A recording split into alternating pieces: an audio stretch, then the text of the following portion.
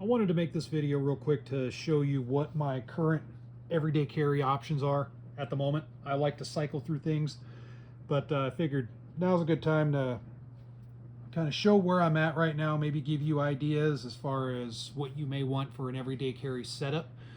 This certainly isn't really fancy gear. It's decent gear, I think, but it's not fancy at all. There's a lot of more fancy Gucci looking stuff out there than what I carry. Why does it matter what I carry? Well, you know, I just do this for fun. I hope that maybe I can give people ideas on stuff, and I can give my perspective. I am a defensive tactics instructor, along with working for the state as law enforcement for what, I'm sitting at about 11 years now in law enforcement. So just giving my perspective on things. I'm certainly not the expert out there, but I don't consider myself an amateur either. So with that said, let's go ahead and get started. First off, my utility, I guess, tool, and that's this thing, a Leatherman. And this one is the Leatherman Rebar, and I like this because, and this one's fairly new, I just started carrying this. I had a mini multi-tool for a while, and I figured, you know what, let me try and carry a full size for a while and see how that goes. So far, not a big deal. It's winter time, so not a big deal. I'm carrying it right now in this on the belt, but I think in the summertime I'll just take it out and throw this into a pocket and call it good. We'll see how that goes. But Leatherman Rebar, it's a good multi-tool. It's very stout. It's one of the reasons I like it. Very stout multi-tool, has plenty of tools for everything I need that I can think of. So that's why I'm carrying this at the moment. So that's my multi-tool. So next, let's talk about light. And you've kind of seen this before in a video. I kind of showed this. This is a Streamlight Polytac with the Thyrum switchback on it. Very nice light. It has the strobe function as well. So good basic polymer light. Has a good bezel on it. Seems solid enough that I can use it for utility tasks. I can use it as a Kubotan of sorts. Looks like it's solid enough to withstand some strikes on the bezel. It's not going to be as strong as a metal alloy light, but it'll do the job. Secures very nice in a pocket. It's nice and secure. It doesn't slip out or anything on any of the pants that I wear it with so far. So pretty good to go. It's a little bit bulky. It's not a small light, and the Thyrum switchback does add some bulk to it. But again, this is wintertime right now, so it doesn't bother me at all. As far as you know, flashlights like this are concerned, because I have plenty of pockets and stuff to carry this in. So next up, we got a couple blades. This one's new. I just got this one in. I have a black one.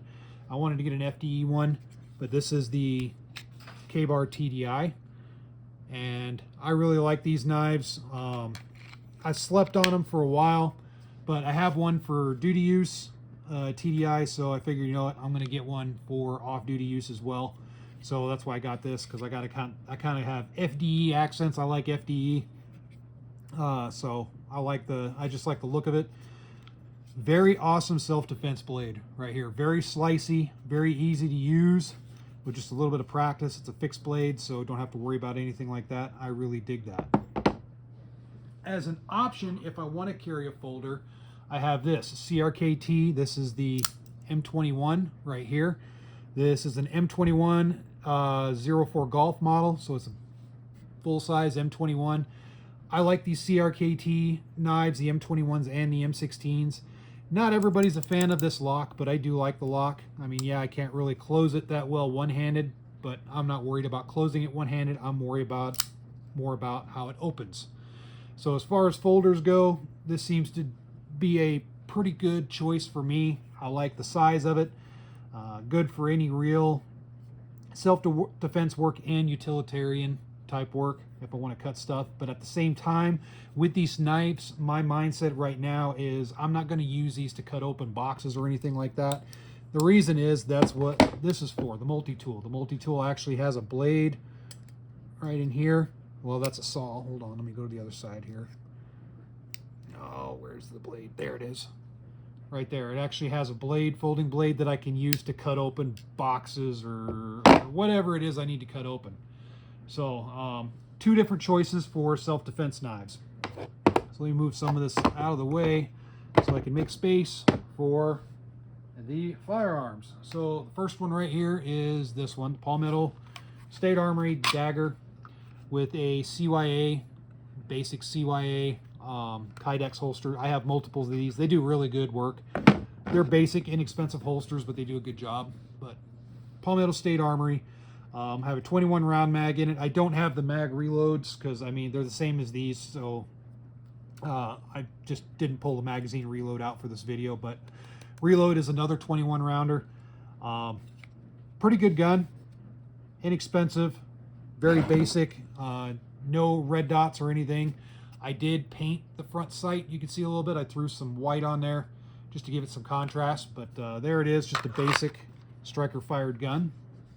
Set that off. My second gun that I've worked into my rotation is this. This is the Ruger Security 9 Pro Series. So another CYA holster inside the waistband Kydex, and then here's a Security 9. This is the Pro model. Talked about it before. No manual safety to speak of. Has the better iron night sights on there with the better profile. I don't like slick profiles in the back. I like that little bit of a ledge, or in case I need to rack this off of something or something like that to do malfunction clearance or one-handed drills, then I kind of like that capability. But Ruger, good product with the Security 9, just a basic 9mm, works good. This one I have a 17 round magazine in, and I do also have 3 15 round mags, so I can swap back and forth if I want to go 15 round. Just depends on what the flavor of the day is. So you can see my gear isn't fancy. It isn't by any means really fancy gear, especially the handguns. And these are because I got these super cheap. I mean, what was it, $220 for this one, and then just under $270 for this. So really inexpensive, but they're stout. They're very good handguns. They're a handgun that I know is going to work. It's going to work well. They're well made. They're easy to operate. They're easy to carry. They have a good capacity to them, so they're good fighting guns in my opinion. And there's something that you know, I do care about them, but then again, I don't care about them, in the sense that, you know, if I use them and they get stuck up in the evidence room for the next 5 years, whatever, you know, it doesn't matter to me. Not that it would matter to me if it was an expensive gun, because, you know, your life is priceless, so whatever. But I'm kind of one of those weirdos. A more expensive gun I view as an investment.